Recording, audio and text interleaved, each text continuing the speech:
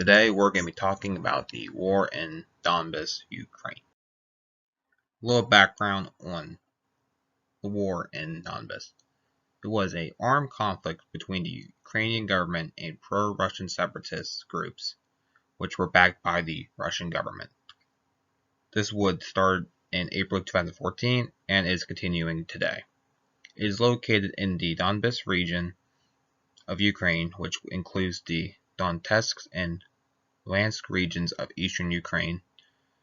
The conflict would begin after the Ukrainian Revolution and the Euromaidan movement in Ukraine due to the President of Ukraine's decision to go closer to Russia and not Europe. These protests would be followed by the Russian annexation of Crimea in 2014. The events of the war in Donbas. In 2014, pro-Russian militants would attack and seize the Donetsk city office of the Ministry of Internal Affairs. They would also assault two other police offices within the region. Militants would then go on to seize other government buildings within other cities within the Donetsk region. Other buildings would be assaulted and seized by the pro-Russian militants. City after city would be captured by the militants within the Donbas region of Ukraine. The Ukrainian military would call the DPR, Donetsk People's Republic, and the LPR, Luhansk People's Republic, as terrorist organizations. However, the EU, US, and Russia would not consider them terrorist organizations. The government would then begin counteroffensives against the militants. The government would retake several airfields and several cities within the Donbas region. The, quote, Supreme Commander of the DPR would call upon Russia for support to help against, quote, the threat of intervention by NATO and even, quote, genocide. They would then declare themselves independent and form the Donetsk People's Republic and the Luhansk People's Republic.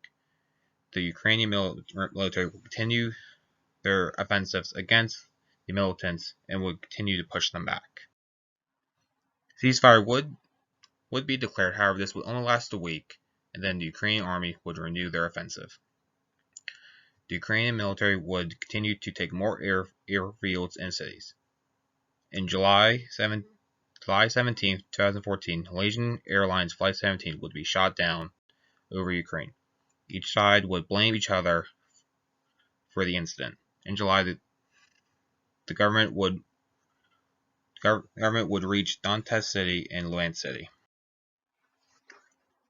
In August 2014, the militant counteroffensive would be stalled in Donetsk and Luhansk.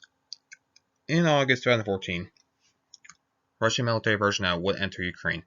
However, Russia would claim that this was a mistake. However, the West claims that this was an invasion by Russia. Ukrainian forces would begin to be pushed back by the militants with the support of Russia. Peace talks will begin in September 2014, and Ukraine, Russia, DPR, and LPR would agree on a ceasefire called the Minsk Protocols. In this agreement, they agreed to exchange all prisoners and remove heavy weaponry from the combat zone. This agreement would not last, and fighting would continue with the second battle for Donetsk International Airport. Fighting would continue and peace talks would be tried again. In February 2015, Minsk II would be agreed upon. However, this would not last, and in January 2017, fighting would begin again. Then in March 2019, peace talks would begin again, with the assistance of countries like France and Germany.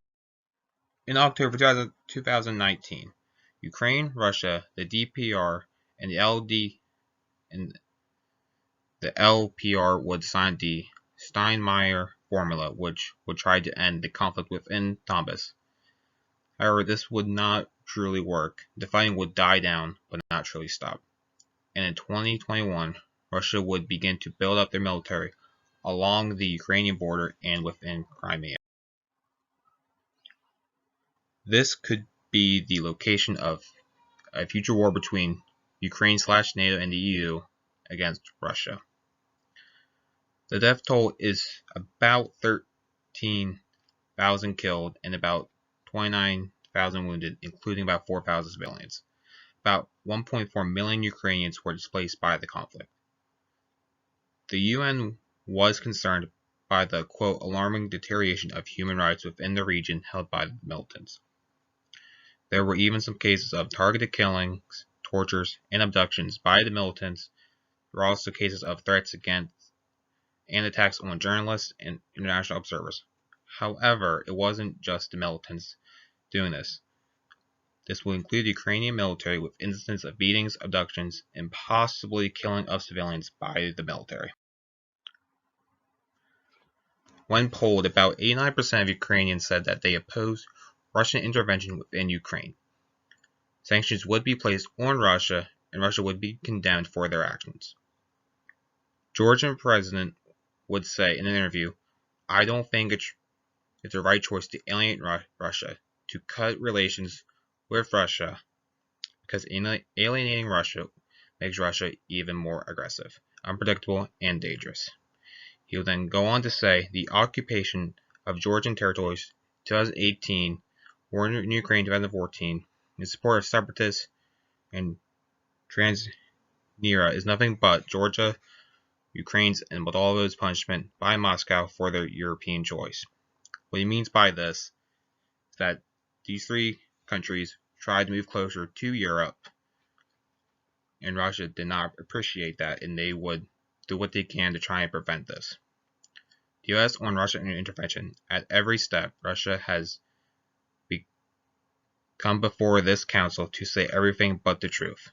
It has manipulated, obfuscated, and outright lied. Russia has stopped lying and has to stop fueling this conflict.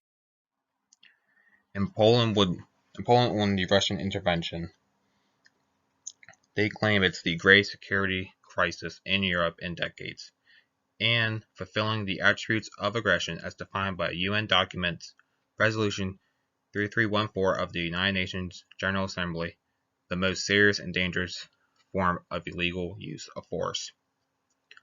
As we can see, this is definitely a big issue and could possibly lead to a future war between Europe, the US, and Russia.